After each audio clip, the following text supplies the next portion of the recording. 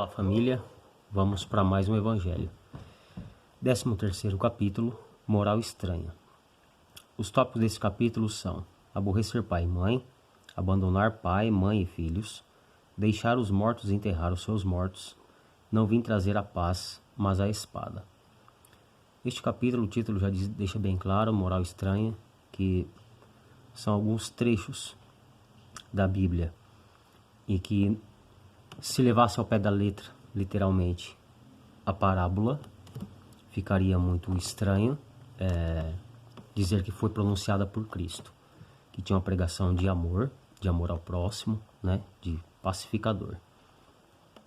Então, aborrecer pai e mãe aqui, abandonar pai, mães e filhos, deixa bem claro que ou elas não foram ditas por Cristo, ou na transcrição cometeram algum equívoco. Ou então não era bem isso que Cristo quis colocar. Porque Cristo, nosso mestre, quando estava encarnado, todas as oportunidades que ele tinha diante dele, em qualquer situação, ele usava da situação, do ambiente, para deixar uma aula, passar um ensinamento, para que ficasse fácil a sua compreensão. E a gente não poderia atribuir a Cristo ele pregando a separação e a intriga familiar, já que a pregação dele era de amor. Então, ou ele não disse, ou foi transcrito errada, ou houve equívocos aí para colocar para Cristo. Vou ler um trecho que está em Mateus 5:37. E muita gente ia com ele, e voltando Jesus para todos lhes disse: se alguém vem a mim e não aborrece a seu pai e sua mãe, e mulher, e filhos, e irmãos, e ainda a sua mesma vida, não pode ser meu discípulo. E o que não leva a sua cruz e vem em meu seguimento, não pode ser meu discípulo. Assim, pois, qualquer de vós que não dá de mão a tudo que possui, não pode ser o meu discípulo. O que ama o pai ou a mãe mais do que a mim, não é digno de mim. E o que ama o filho ou a filha mais do que a mim, não é digno de mim. Então ele deixa claro aqui assim, certas palavras, aliás, muito raras, contrastam de maneira tão estranha com a linguagem do Cristo, que instintivamente repelimos o seu sentido literal, e a sublimidade da sua doutrina nada sofre com isso. Escritas depois de sua morte, desde que nenhum evangelho foi escrito durante a sua vida, podemos supor que, nesses casos, o fundo do seu pensamento não foi bem traduzido, ou ainda, o que não é menos provável, que o sentido primitivo tenha sofrido alguma alteração ao passar de uma língua para outra. Basta que um erro tenha sido cometido uma vez para que os copistas o reproduzissem, como se vê com frequência nos fatos históricos. A palavra odiar nessa frase de Lucas, se alguém vem a mim e não odeia seu pai e sua mãe, está nesse caso, que não teria ideia de atribuí-la a Jesus, né? Então seria, que ele diz aqui, inútil a gente discutir isso para tentar justificar, porque Cristo mandando odiar alguém não é Cristo, né? Tira um atributo de Cristo e ele já não é mais o Cristo. Então deixa bem claro isso pra gente.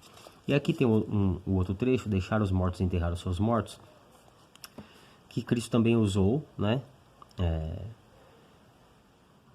Para dar um ensinamento que a gente, daquela época e até hoje, as pessoas têm um olhar para a morte como o fim, como algo ruim, né? Mas esse algo ruim, esse fim, é da matéria física dessa pessoa, né? Porque a vida não se encerra no leito da morte. E a morte nada mais é do que uma passagem para a vida. É uma passagem para a vida. Então a morte é da carne, né? Morte é da carne. Mas a vida continua. A verdadeira vida não é na matéria, ela é no espírito. Então é uma passagem de volta à vida, à verdadeira vida. Aqui não é a verdadeira vida de ninguém. E Cristo deixou bem claro para ele pregar isso, quando ele disse, permite que eu vá primeiro enterrar meu pai. Jesus lhe respondeu, deixa que os mortos enterrem seus mortos, e tu vai e anuncia o reino de Deus, dizendo, aquilo ali não é mais seu pai, aquilo ali é uma carne, e seu pai não habita mais nela, mas seu pai continua vivo. E ele está na verdadeira vida. Então pregue o reino de Deus, que é a parte espiritual, que é a verdadeira vida de todos os espíritos. E aí a gente entende que se estamos encarnados e tem bastante número encarnados, e aqui não é a verdadeira vida, então imagina o tamanho da verdadeira vida espiritual em números de espíritos que residem no plano astral. É imensurável a conta, não é assim? Se para cada um encarnado, vamos colocar 7 pessoas para auxiliar, 7 espíritos auxiliando, isso estou sendo raso. Já imaginou quanto em números são os espíritos? A verdadeira vida não é aqui, e a gente sabe muito bem disso. É lógico que a passagem da morte deixa a tristeza de não ter a companhia mais física de alguém que a gente quer bem, mas a gente compreende que ele se despertou, ele se desprendeu de uma cadeia que o limitava na carne e ele voltou para a vida. Nós continuamos aqui ainda, né? A verdadeira vida não é na carne. E todos nós passaremos por essa porta que... Fim da viagem, né? Acabou, vamos voltar para casa. E é lógico que a gente vê com pesar ainda, mas é um motivo de alegria para a parte espiritual inteira, né? Que quando vem para nascer, aí é a verdadeira morte para eles, é a separação de vir num corpo limitado, que não é a verdadeira vida, vir para experienciar, para amadurecer e para auxiliar o próximo. E aí o sofrimento deles é muito grande. Então o retorno para casa é uma alegria imensa, né? É a família inteira em festa. E aqui nessa parte não vim trazer a paz, mas a espada, que aí também parece ser, meu Deus, Cristo diz isso, e ele disse porque ele deixou claro na pregação dele de que já naquela época o mataram por isso, né? O julgaram como blasfêmia, ele se denominar filho de Deus. Então ele já deixou bem claro que muitas guerras iriam acontecer, que muitas separações iriam acontecer por conta do seu nome e que não seria observada realmente a sua pregação de amor. Que se fosse levada, não teríamos tantas crenças que são separatistas, né? Que são salvacionistas, só aqui existe a verdade, é este aqui o caminho, o mundo é o mundo.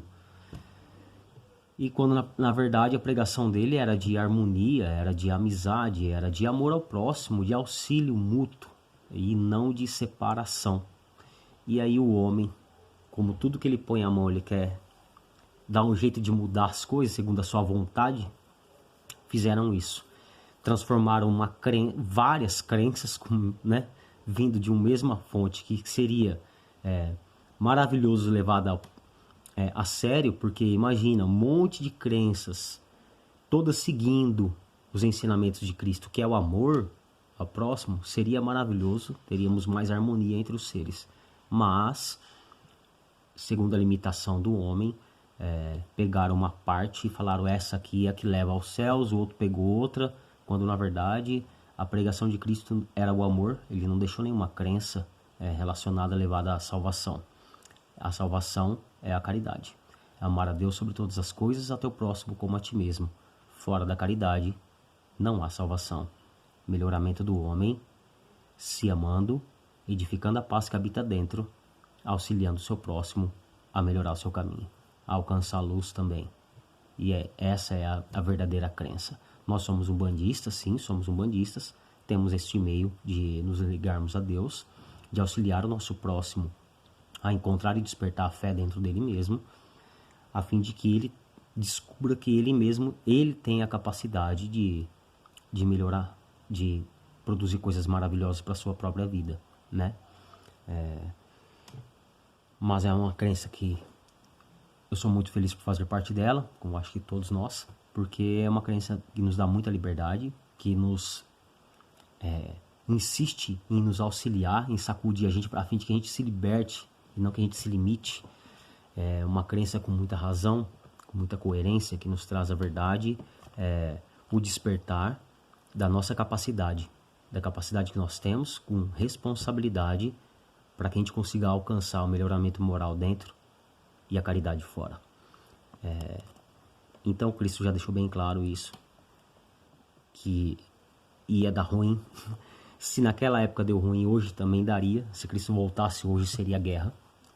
Porque deixaram o homem, optou pelo poder e não pelo amor, e isso separa ainda muitos homens, e quem escolhe determinado caminho, seja lá o que for, se separa dos outros. E na verdade somos todos irmãos dentro dessa terra. Todos estamos diante da mesma oportunidade e com o mesmo foco: melhoramento moral, elevação espiritual, evolução.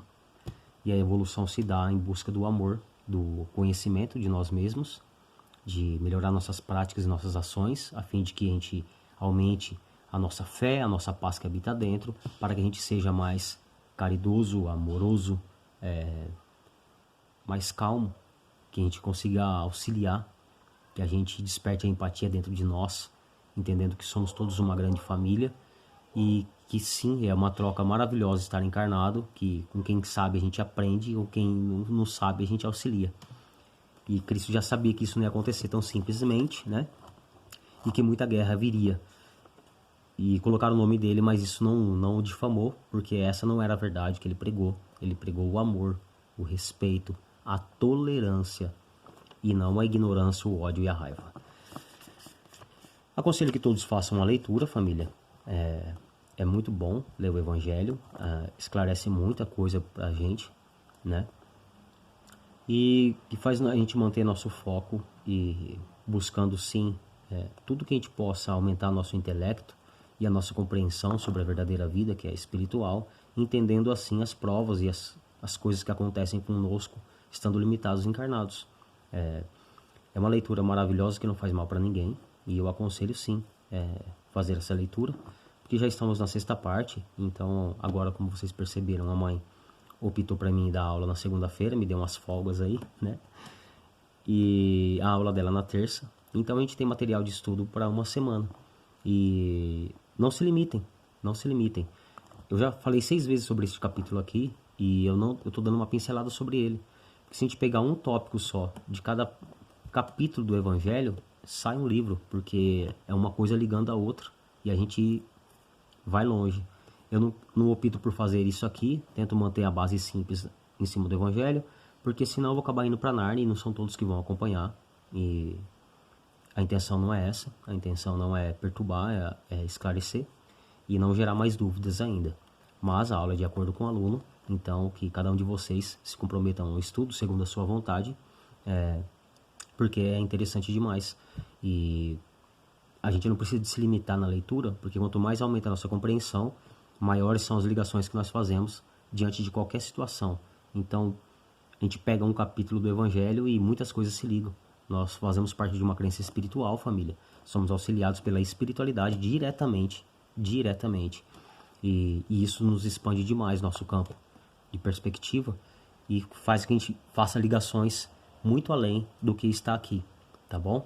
Mas eu não vou, o Evangelho inteiro vai ser repetido e assim que terminar, mas eu vou sempre manter nessa base simples, rasa, para que não perturbe ninguém, porque esse vídeo não está sendo postado só dentro do nosso WhatsApp, está no YouTube e é aberto.